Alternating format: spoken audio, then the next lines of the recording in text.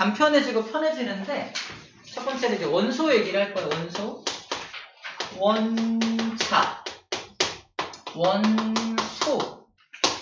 분차. 구분할 수 있어야 됩니다. 세 가지. 구분할 수 있어야 돼.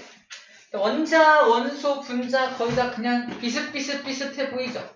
하지만 다 달라요. 예를 들어 볼게요. 예를 들어서 이렇게 생긴 분자가 하나 있습니다. 분자. 이 분자는 얘가 산소라는 원자고요. 얘가 수소로 이루어져 있는 녀석이야. 얘를 화학식으로 쓰면 H2O라고 씁니다. 뭐죠?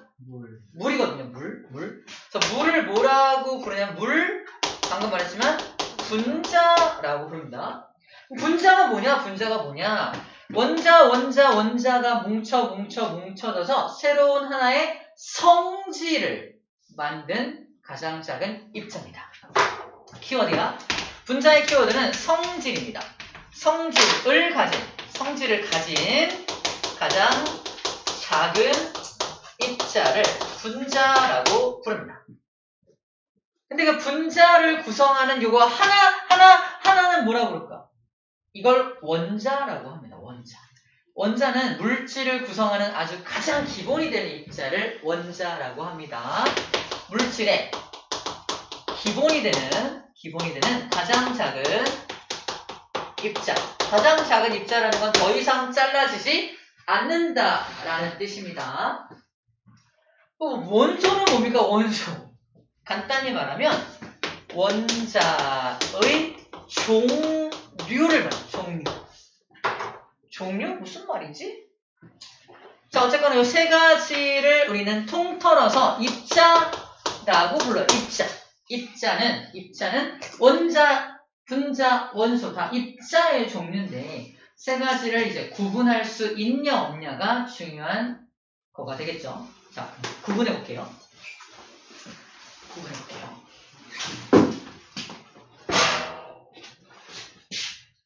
자, 이 그림을 잘 봐. 이거 물분자 몇 개 만들어진 거냐면은 하나의 물분자가 만들어진 거거든요. 그래서 H2O가 하나 있기 때문에 앞에 개수를 1이라고 씁니다. 1이라고 써요. 이거 개수라고 하는데 자, H2O라고 써있으면 앞에 1이 생략된 거야. 자, H2O 딱 보면은 얘는 분자가 몇 개니? 라고 물어본다면 분자는 당연히 한 개입니다. 그죠? 근데 이 분자를 이루고 있는 원자는 몇 개니? 3개죠. 원자는 3개죠.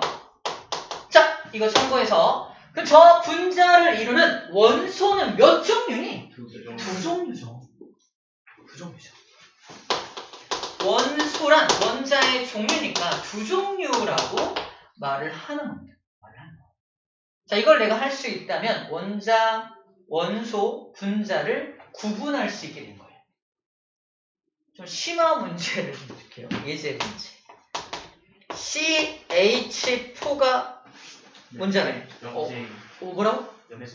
염소 아니야. 메테인. CH4 메테인입니다. 자, TV 채널을 돌려요. 1번 채널. 재미없다. 2번 채널. 재미없어요. 3번 채널도 재미없는데 4번 채널이 너무 재밌어. 외계인 말고 메테인이 나오거든요. 채널 4번에서 메테인이 나옵니다. 보이나요? 채널 4번. 이제 보이나요? 채널 4번 메테인이에요. 자, 메테인 잠깐 그림으로 그리면 C 하나에 H가 4마리가 붙어있는 모습입니다. 자, 써줄까? H 라는 C. 자, 그럼 메테인 분자는 몇 개인가요? 한 개죠. 메테인 분자 하나를 이루는 원자는 총 몇 개인가요? 5개죠. 메테인 분자 하나를 이루는 원소는 몇 종류인가요? 2종류죠. 그죠? 이거 구분할 수 있으면 원자, 원소, 분자를 구분할 수 있게 된 거라니까요. 근데 만약에 이 분자가, 물 분자가 있는데 수소 하나를 뜯어내. 더 이상 물인가요? 더 이상 물이 아니야. 물의 성질을 잃어버립니다. 분자를 깨버리면 성질을 잃어버려. 그래서 성질을 가진 가장 작은 입자. 그래서 분자라고 말하는 겁니다. 얘도 하나를 뜯어내면 더 이상 메테인이 아니라니까. 잘라내면 메테인이 아닙니다. 저 형태를 유지하고 있어야 성질, 메테인이라는 성질을 가지게 되고 물이라는 성질을 가지게 되는 겁니다. 키워드 성질이고요. 이런 종류가 키워드겠죠. 종류가 키워드고요. 기본입니다. 기본. 그러니까 키워드를 쓴다면 기본, 종류, 성질 이렇게 되겠죠. 자, 이런 겁니다. 책에서는 원소는 물질의 기본 성분이고 더 이상 다른 물질로 분해되지 않고 현재까지 알려진 원소는 약 110여 가지다 라고 적혀 있고요. 잘 봐. 원소의 종류는 118가지인데 그걸 가지고 만들 수 있는 물질의 종류는 어마어마하게 많겠죠? 그죠? 당연히 많겠죠? 즉 원자의 개수가 원소의 종류가 많겠어? 그걸 가지고 만든 분자의 종류가 많겠어? 분자의 종류가 훨씬 많겠죠. 그지? 그건 당연히 알고 있는 내용인데 시험 문제 나오면 또 헷갈려. 이게 원소가 많았나 분자가 많았나 이러면 안 돼요. 그걸 조합해서 만들 수 있는 건 더 많겠죠. 그죠? 그렇게 알고 있으면 되겠습니다. 자, 여기까지가 일단 1번 원소에 대한 내용 정리가 된 겁니다. 자, 이제 두 번째 얘기를 할게요. 주기율표. 우리가 지금 저기 써놓은 게 주기율표죠. 주기율표. 이름이 왜 주기율표인지부터 차근차근 볼 텐데, 자, 머릿속에 이 구조를 집어 넣으면 좀 편해요. 구조. 반을 딱 갈라서, 왼쪽은 고대. 고대라고 하기 전에 좀 과거, 옛날. 고대는 좀 너무했다. 옛날. 얘는 현재. 옛날과 현대의 가장 큰 차이점은 아마도 기술력의 차이가 있을 거예요. 기술력의 차이. 그래서 현대는 1900년대를 말합니다. 1900년대. 옛날은 1800년대를 말해요. 100년 정도 차이가 납니다. 100년 정도. 100년을 기준으로 해서 100년 전에는 없었던 기술이 100년 후에는 개발이 돼요.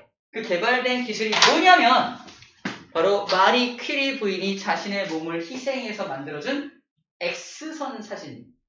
엑스레이 기술입니다. X선 사진을 찍을 수 있게 돼요. X선 사진을 찍게 되면 뭘 알 수 있냐면 원자들을 엑스레이로 팡 찍으면 양성자가 몇 개인지 알아요. 양성자 수를 알 수 있어요. 양성자 수를 알 수 있어요. 양성자 수. 우리 방금 배웠죠? 양성자 수가 무슨 수예요? 원자 번호와 일치한다. 이게 원자 번호라며 양성자의 개수와 일치한다니까. 그래서 현재 쓰고 있는 주기율표는 양성자 수, 다시 말해서 무슨 번호순? 원자 번호순으로 아주 잘 정리된 표입니다. 하지만 옛날에는 이런 기술이 없었기 때문에 오로지 뭐밖에 할 수 없었냐? 무게를 달아서 가벼운 것부터 무거운 것 순서대로 이렇게 배열하는 수밖에 없었다라는 겁니다. 다시 말해서 옛날에는 무슨 방법밖에 쓸 수 없었다? 원자의 질량, 원자량 순으로밖에 배열할 수가 없었습니다. 하지만 현재는 원자 번호 순으로 바뀐 거지. 어떤 게 더 정확할 것 같아? 당연히 원자 번호 순이 정확합니다. 원자량 순으로 하면 뭐가 문제가 되는지 좀 이따 선생님이 자료를 보여줄 거예요. 함부로 볼 수 없는 자료인데 선생님이 유출해 왔어요. 다 자료를 보여줄 겁니다. 옛날에 그러면 이 잘못된 자료를 가지고, 잘못된 요 근거, 잘못된 어떤 기준을 가지고 여러 가지 주장을 했던 사람들이 3명이 등장을 합니다. 3명의 사람이 등장을 하고요. 현대의 주기율표를 완성한 사람이 한 사람이 등장을 하게 됩니다. 첫 번째 사람의 이름은 바로 누구죠? 데베라이너. 땡큐. 데베라이너. 두 번째 사람은 뉴렌즈. 세 번째 사람은 멘델레예프입니다. 아까 쌤이 101번 원소 기억하라 그래서 101번. 101번 원소의 이름이 뭐였지? 멘델레뷸이었거든요. 그 사람이 바로 여기서 따온, 멘델레예프에서 따온 이름입니다. 멘델레예프. 유전 연구했던 그 수도사님이 아니시죠? 아니셔요. 그럼 이 4명의 사람, 이 사람은 또 누구냐면 모슬리거든요. 이 4명의 사람 중에 그 주기율표에까지 이름이 들어간 사람은 멘델레예프밖에 없거든요. 이 4 중에서 제일 유명한 사람이 이 사람이에요. 옛날 사람임에도 불구하고 가장 유명한 이유가 있겠죠. 그 이유가 또 시험 문제입니다. 이유. 자, 그럼 하나하나 풀어볼게요. 데베라이너 어떤 이야기를 했냐면 봐봐. 또 하나 기억할게. 옛날에는 지금은 118가지 원소가 다 밝혀져 있는데 옛날에는 약 63가지 원소밖에 발견이 안 됐을 무렵이라고 생각하면 됩니다. 이제 막 발견을 막 하나하나 해가고 있는 거 33개에서 63개로 막 가고 있는 중이야. 이때가. 책에도 33개가 나왔을까? 그 라부아시에가 33종을 발견을 하고요. 좀 더 이게 계속 발견되고 있는 중이야. 그래봤자 63개. 더 이상 넘어가지 않았어.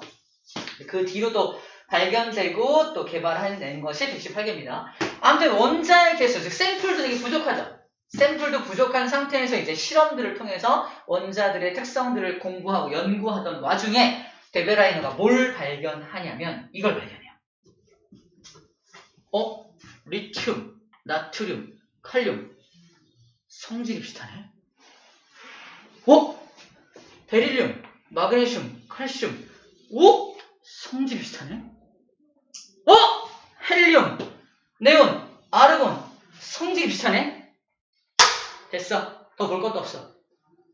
신은 위대하셔서 세상에 있는 모든 물질을 3개씩 성질이 같게 만드신 거야. 분명해.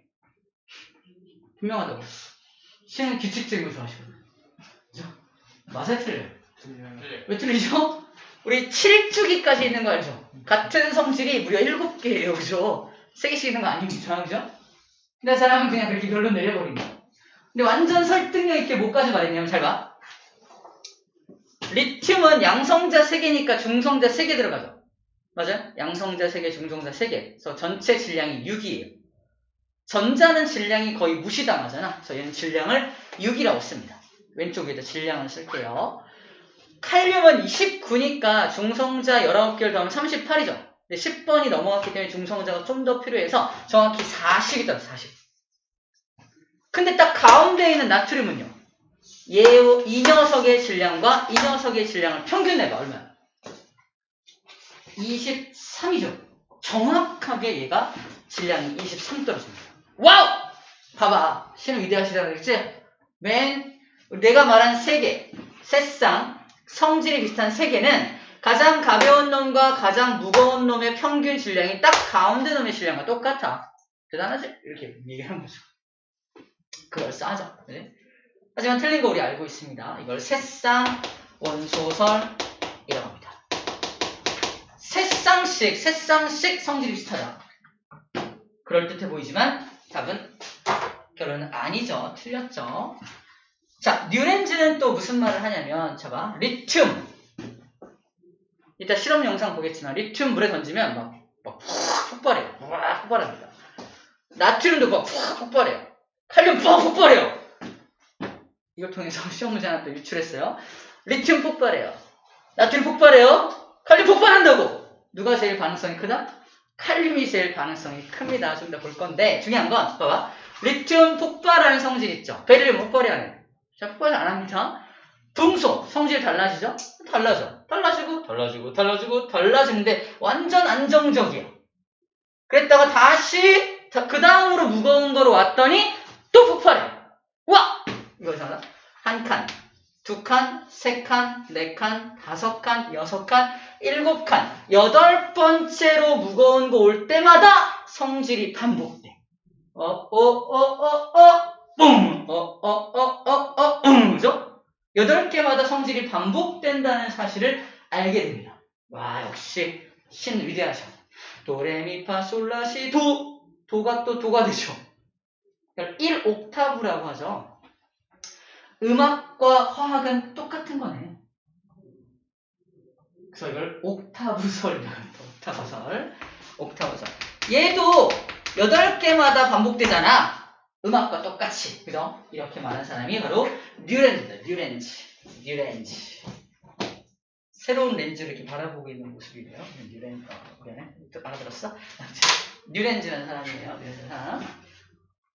이거 잘못됐습니다. 왜냐면 우리 아까 35쪽 주기율표를 전체 보면은 1쪽부터 18쪽까지 있죠.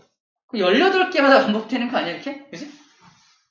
근데 이제 이때 당시에는 8개마다 반복된다라고 일단은 알고 있었다라는 겁니다. 아무튼 약간 주기성에서 어긋나는 것들이 있기 때문에 이건 틀렸어요. 어쨌든 완벽하게 맞지는 않습니다. 자, 멘델레이프는 2가지 업적을 가집니다. 자, 가장 유명하다고 그랬죠. 두 가지 업적 중에 첫 번째 업적이 뭐냐면, 자, 멘델레프는 러시아의 교수님이에요. 교수님. 화학을 가르쳤던 교수님인데, 학생들한테 당시에 이렇게 발견된 요 원소들을 소개하고 있었어요. 수소를 막 설명을 해요. 터지기도 하고, 막 이렇게 막 설명한다. 제일 가볍고, 설명을 하다가, 그 다음 갑자기 철을 설명해요. 철은 우리 일상생활에서 이렇게 막 검을 만들거나 이럴 때 사용을 하고, 좀 무겁고, 그죠? 26번이고, 막 이런 얘기, 이거 먼저 불렀구나. 26번째로 막 무겁고 이런 얘기를 했겠어. 막 예를 들어서. 자, 이렇게 질량도 얘기하고, 성질도 얘기하고, 막 이런 얘기를 했을 겁니다. 밀도도 얘기하고. 갑자기 산소 설명해요. 산소는 이래요. 갑자기 또 막 베릴륨 갔다가, 그죠? 왔다 갔다 자기 마음대로 막 설명을 합니다. 그러면 어떤 문제가 생기냐면, 가르치기도 좀 두서없어요. 쌤처럼 이렇게 완벽하게, 자, 이런 규칙을 가져! 라고 설명하면 얼마나 좋아, 그치? 근데 두서없이 막 설명할 수밖에 없었다는 거고, 받아들이는 입장에서도 두서없이 받아들일 수밖에 없었겠죠? 힘들었단 말이야. 배우고 가르치기가 힘들었어. 그래서 이 사람이 아이디어를 낸 게 카드에다가 원자의 이름, 질량, 성질을 꼼꼼히 적어요.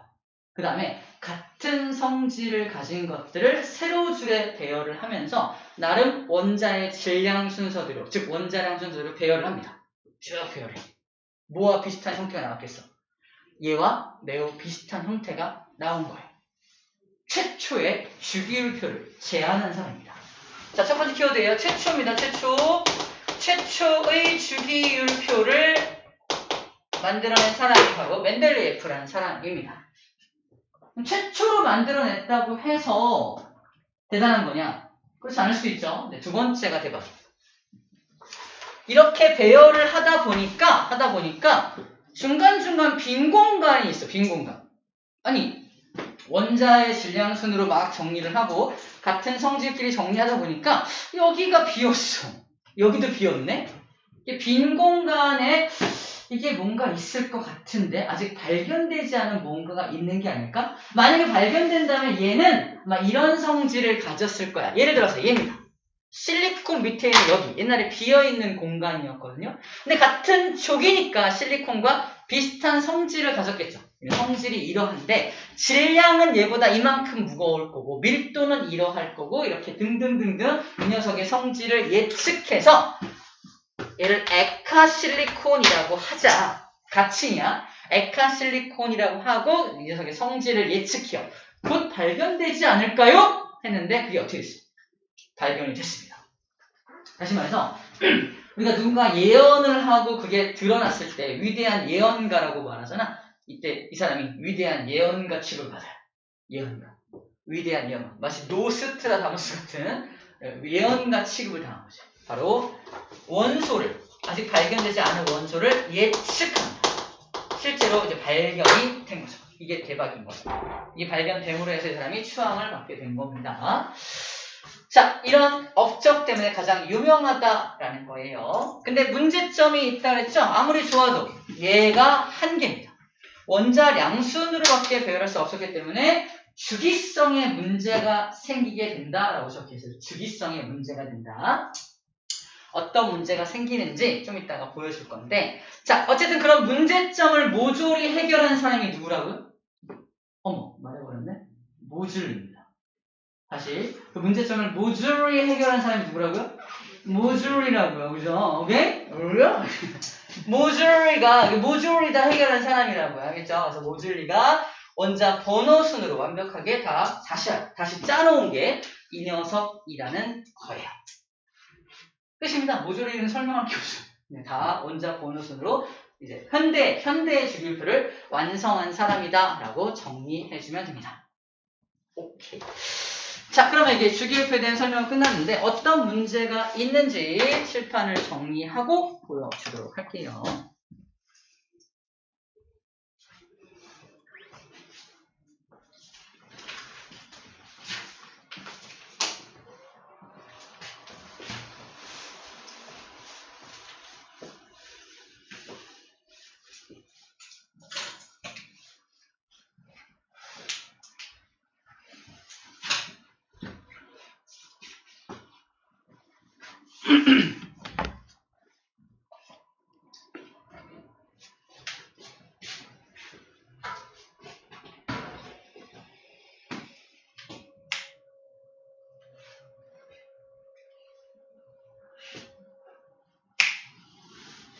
에이씨, 안 나오네.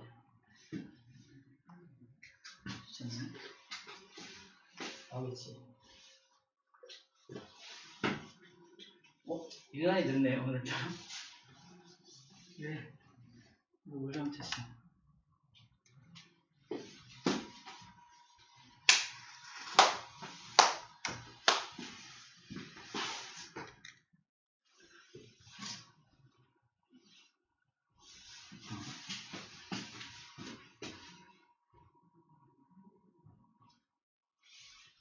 맞아.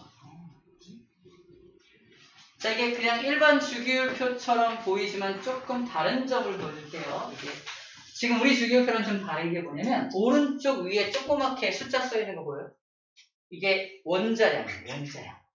원자량까지 표시되어 있는 주기율표입니다. 구하기 쉽지 않은 절이에요. 유출에 따르죠. 자, 이걸 보면은 자 원자의 질량 순서대로 되어 있는지 자, 쭉 볼게요. 봐봐. 수소의 원자량 보입니까? 1.0079 보이죠? 1.007. 앞자리만 봐, 앞자리만. 1입니다. 1이고요. 헬륨은 얼마냐면은 쭉 가보면은 저기 4 보여요, 4. 우리 알고 있는 거랑 똑같죠? 수소는 양성자 하나니까 1. 그 다음에 헬륨은 양성자 2개, 중성자 2개니까 4 정도 된다 그랬죠? 이거 4입니다. 그 다음에 3번 리튬 같은 경우는 6 보이죠? 6 보이죠? 6. 그죠? 네, 베릴륨 9 보이죠? 앞자리만 9. 그 다음에 궁소 10 보이죠? 그 다음에 탄소 12, 질소 14, 산소 15, 플루오린 18, 네온은 20 보이죠? 20까지. 자, 잘 따라가고 있죠? 그 다음 나트륨 22 보이나? 22. 그 다음에 마그네슘 24. 아직 문제 없죠? 그 다음 알루미늄 26, 규소 28, 인 30, 황 32, 염소 35 보이죠? 아직 문제 없죠? 순서대로죠? 18번 아르곤이 문제입니다. 39.948 기억합니다. 18번 아주 안정적인 18쪽 원소인데 39.948의 원자량을 가져요. 그러면 19번 어때요? 19번은 더 무거워야죠. 19번이 더 무거워야 돼. 근데 19번 봐봐. 19번 딱 뭐냐 19번 확대. 아까 다시 18번은 39.948 여기 39.948 19번 같은 경우는 39.098입니다. 더 가벼워요. 이게 무슨 말이냐면은 옛날에는 요 칼륨하고 여기 아르곤의 자리가 바뀌어 있었다는 의미예요. 굉장히 안정적인 18쪽 원소에 칼륨님이 들어있어. 물에 던지면 쫙 터지는 칼륨이 들어있다고. 뭔가 이상하죠? 이런 게 문제점입니다. 원자량순으로 배열했을 때 뭔가 주기성이 안 맞는 게 나타난다는 게 바로 이런 말입니다. 이해죠? 이거를 X선 사진을 찍으면 얘가 양성자가 19개고 저 녀석은 양성자가 18개인 걸 확실히 알 수 있거든요. 근데 이게 다르다는 걸 당신은 몰랐겠죠. X선 사진 따진 기술이 없었으니까. 자, 이게 바로 문제점입니다. 이런 문제점을 모조리 뜯어보신 사람이 누구라고요? 모듈이라고요. 그죠? 여기까지 주기율표에 대한 내용 정리 끝입니다. 우리 금속, 비금속까지 정리하고 잠깐 쉴 건데, 자, 금속, 비금속 설명할 때 여러분들은 뭘 보면 좋냐면요. 35쪽의 맨 위에 있는 주기율표를 봐줘요. 자, 주기율표를 보면은 금속은 다 어디에 있습니까? 가운데 또는 왼쪽에 위치하죠? 단 수소를 제외하고는 다 금속이에요. 그 다음에 비금속 원소는 다 오른쪽에 배치되는데 수소만 왼쪽 끝에 있죠. 이것도 체크할 사항입니다. 자, 그 다음에 금속은 다 고체죠. 하나 빼고. 수은 빼고. 그 다음에 비금속은 다 기체 또는 고체죠. 누구 빼고? 브로민 빼고. 브로민 좀 익숙하지 않죠? 브로민 빼고 다 고체 또는 기체입니다. 자, 그 다음에 금속의 특징 묶어가지고 여기서 전자라고 쓰세요. 금속은 저 모든 특징이 다 전자 때문에 벌어지는 일입니다. 저 모든 특징이 전자 때문에 벌어지는 일이에요. 쌤 팔에 아주 럭셔리한 금속이 있죠. 어때요? 반짝반짝 빛나나요? 반짝반짝 빛나는 걸 광택이 있다라고 표현합니다. 광택. 광택이 있다. 왜 반짝반짝 빛나냐면 우리 배웠어요. 우주 초창기에 빛이 가다가 전자랑 부딪히면 튕겨나오죠. 전자가 빛을 튕겨내는 성질이죠. 여기도 전자가 돌아다녀요. 전자 팔찌. 아니야, 그거 아니고 무슨 그 전자 아니고, 야, 그거 아니고, 미안해. 전자, 미쳤나 봐, 저, 뭐지? 그런 말이 튀어나왔지? 아니야, 오해하지 마. 자, 전자가 돌아다니는 팔찌입니다. 이런 일이 하셔야 돼. 아무튼, 전자 때문에 빛이 오다가 이 전자랑 부딪히면 탕! 튕겨내는 거예요. 그때 우리는, 반짝을 느끼는 거지. 자, 이 금속이 광택을 나타내는 이유가 뭐 때문이다? 광택이 있다? 전자 때문이라고. 저 전자는 광택만 일으키는 게 아니라 전기가 통하게 해줍니다. 전자의 흐름이 전류의 흐름과 같잖아. 전자가 이렇게 흐르면 전류가 반대로 흐르죠. 전자의 흐름이 전류의 흐름을 일으킵니다. 근데 전자는 전기만 잘 전달하는 게 아니라 열도 잘 전달해요. 그래서 열과 전기 전도성이 큰 건 전자 때문이라고. 전자 때문에. 그다음 세 번째 저 녀석이 이미지가 좀 여러분들이 좀 잘못된 이미지가 있는데 철물점 같은 데 가서 철사를 사요. 철사, 얇은 철사 있죠. 그걸 바닥에 이렇게 한 줄로 쭉 놓은 다음에 망치로 탕 때리면 어떻게 된다요? 똥 이게 약간 소면처럼 생긴 철사가 푹 찌그러지면서 납작해져요. 철사는 이렇게 막 잘 휘어지잖아. 잘 휘어지는 금속이 진짜 철이야. 진짜 철. 근데 우리가 쓰는 강철은 거기다 탄소를 막 도포를 해가지고 딱딱하게, 완전 딱딱하게 만든 그 강철을 생각하는데 여기서 말하는 철 또는 금속이란 아주 약간 이렇게 흐물흐물한 금속들을 말합니다. 거기다 힘을 가하면 탕탕탕 힘을 가하면은 펴지거나 뽑히거나 이런 성질이 나타나요. 깨지지 않습니다. 그 이유도 지금은 잘 이해가 안 되지만 전자 때문이야. 옆으로 나가려고 하면 그 금속 원자가 이렇게 나가려고 하면 전자가 잡아. 어디가? 여기 있어. 이렇게 약간 잡아서 밑으로 탁착착착 차곡차곡 다시 쌓게 만들어서 이렇게 넓적하게 퍼지게 만드는 거예요. 자, 이걸 연성과 전성, 다른 말로 퍼짐성과 뽑힘성이라고 합니다. 써놓으세요. 여기 뽑힘성이 연성이고요. 펴짐성이 전성이에요. 어떤 용어로 우리에게 질문할지 모릅니다. 펴짐성과 뽑힘성이 있다 라고 말할 수도 있고요. 연성과 전성이 있다 라고 말할 수도 있습니다. 같은 말이에요.